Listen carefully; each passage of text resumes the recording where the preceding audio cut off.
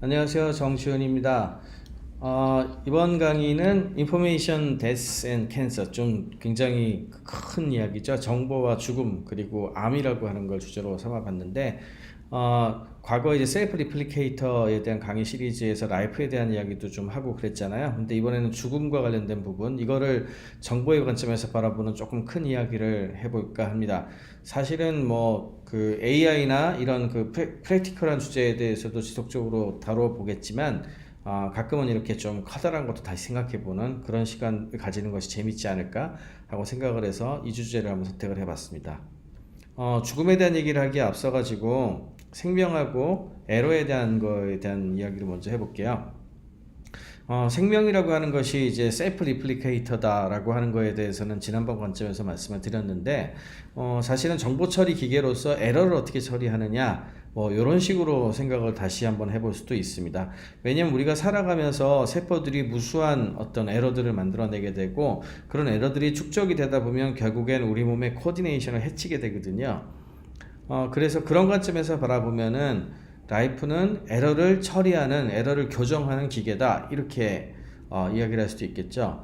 그래서 라이프가 우리 생명체가 우리 몸 안에 에러를 축적을 하게 되고, 이건 더더군다나 우리가 그 삶을 유지하기 위해서 생식을 한다든지 이럴 때에도 뭔가 계속 에러가 생기잖아요.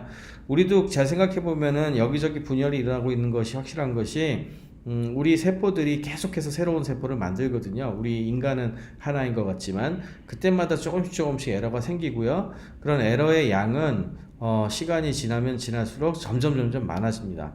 그리고 이거를 처리하기 위한 어떤 에너지 역시 굉장히 커지게 돼 있죠.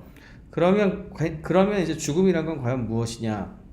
결국에는 우리 생명체가 우리가 이제 살아가기 위해서 만들어내는 수많은 복사본들, 그 중엔 뭐 세포들 이런 것들이 많이 있겠죠. 그런 것들 중에 일부는, 상당수는 상당히 제대로 동작을 하지 않습니다.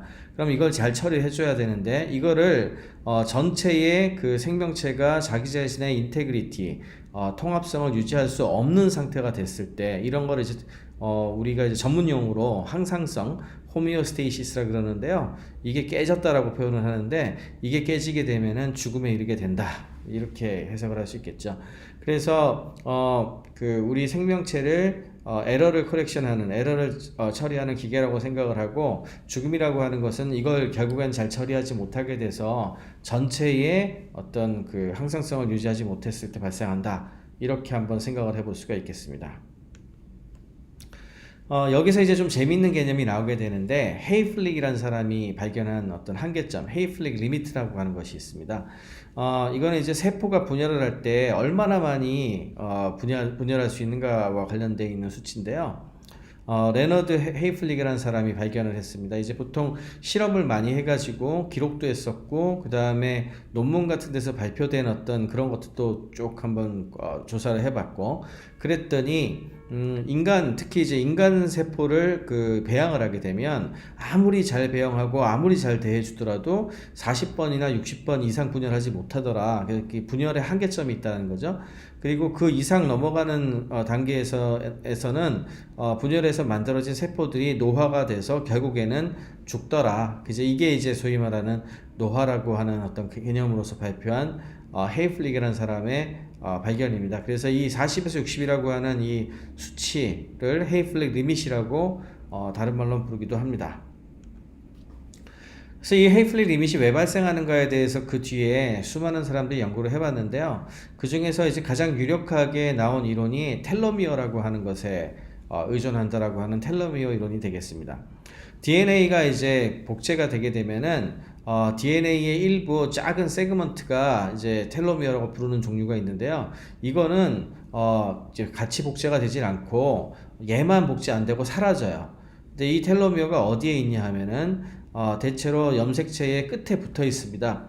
그리고 그 코드를 한번 봤더니, 보통 염색체들 이제 DNA 같은 경우에 그 코드가 무슨 단백질이라든지 또는 어떤 액션이라든지 이런 거를 의미하는 어떤 의미들이 보통 있는 코드를 갖고 있는데, 이 텔로미어는 단순히 그냥 반복되는 코드에 불과해서 특별하게 어떤 뭔가를 의미하는 것 같지 않다는 거죠. 근데 이제 시간이 지나서 계속해서 세포가 분열을 하게 되면은 이 텔로미어가 점점 짧아집니다. 그리고 나중에는 결국 이게 거의 없어져 버리게 되면 세포의 죽음에 이르게 된다는, 이게 이제 텔로미어 시어리가 되겠습니다. 텔로미어의 역할에 대해서도 그래서 연구들을 꽤 많이 했는데요. 지금까지 밝혀진 가장 유력한 가설은 이 텔로미어가 DNA의 뮤테이션, DNA의 어떤 돌연변이를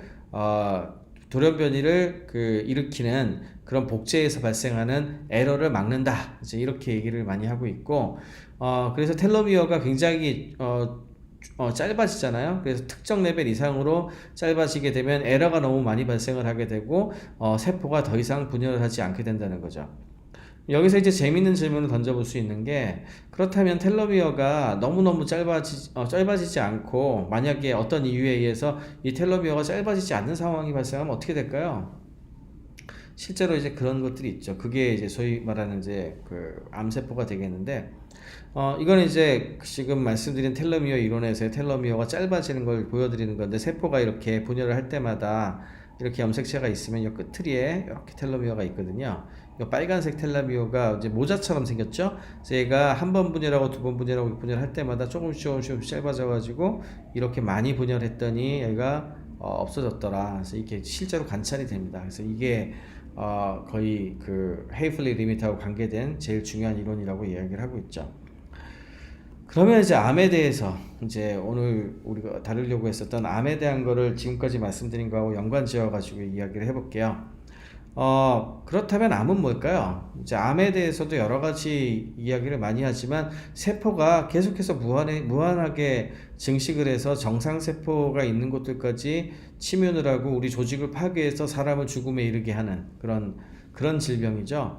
그래서 참 우스운 게, 이 세포는 마치 영생하듯이 무한히 복제를 하고 이렇게 숫자가 늘어가는데, 이게 이제 사실은 모체라고 할 수 있는 인간을 죽이게 되고, 인간이나 뭐 동물도 암이 있는 것들 많으니까요.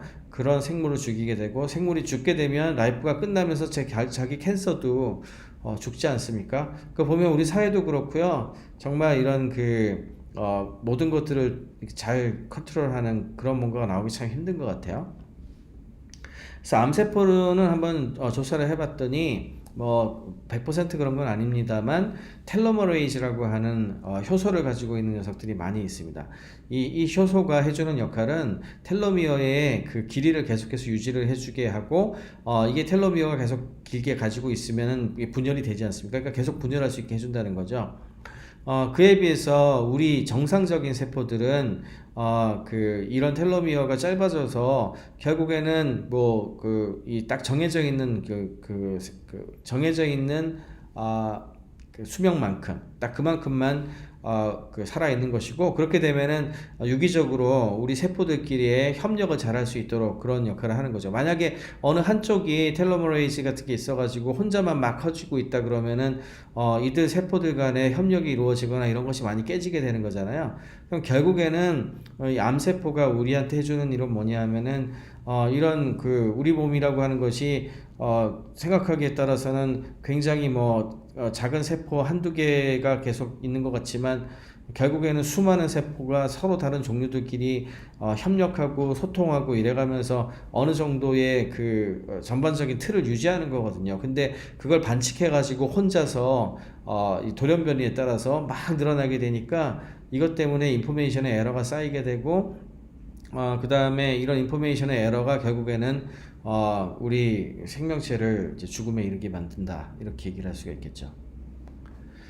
그래서 이제 오늘 이야기를 이제 마지막으로 정리를 하자면, 헤이플리 리밋이라고 아까 40에서 60번까지 정도만 분열 가능하다고 말씀을 드렸는데, 이 헤이플리 리밋이라고 하는 것의 실질적인 의미는 뭐냐?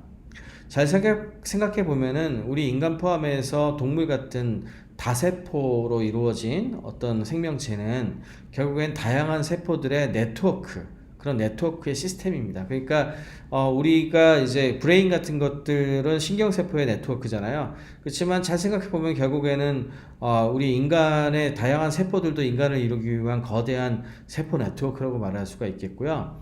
그런데 이 각각의 세포 네트워크가 정보를 처리하는 것을 완벽하게 해내는 것이 불가능합니다. 그러니까 결국에는 에러가 계속 발생하는 것이고, 헤이플릭 리밋이라고 하는 것은 결국에는 에러 프로세싱을 하기 위한 그런 그 캐파의 한계를 결정을 지어서 이거를 넘게 되게 되면은 그냥 분열을 안 하게 해서 죽는 것이, 엉뚱한 것들을 많이 만들어내 가지고 전체의 코디네이션을 해치고 우리가 예측 불가능한 방식으로 계속 변하게 하는 것보다는 그 DNA의 어떤 인테그리티를 유지하고 후손한테 뭔가를 넘겨주는데 훨씬 유리하다, 이렇게 판단한 자연 선택의 결과라고 말씀을 드릴 수가 있겠습니다. 그래서 이제 굉장히 많은 걸 저는 의미한다고 생각을 해요. 죽음이라고 하는 것이 인포메이션에서 관점에서 보자면은 결국엔 정보 처리를 완벽하게 해내지 못하고 원래 자신들이 유지하고 전달하려고 했었던 어떤 시스템의 인테그리티가 잘 유지될 것 같지 않으면 굳이 잘못된 것들을 만들어내 가지고 전승을 해서 넘겨주기보다는 차라리 늙어서 죽어라, 뭐 이런 걸 선택했다는 거죠. 예, 그래서 인간도 뭐 그런 죽음 같은 것이 있기 때문에 더더욱 열심히 살고 그렇듯이, 가끔 그런 생각을 해요. 아티피셜 인텔리전스나 또는 우리가 만들어내는 에이전트 같은 것에도 죽음의 개념이라든지 분열이 어느 정도 이상 되지 못하게 하는 어떤 그런 것들이 도입됐을 때 뭔가 다른 현상이 나타나지 않을까, 이런 생각을 해봅니다.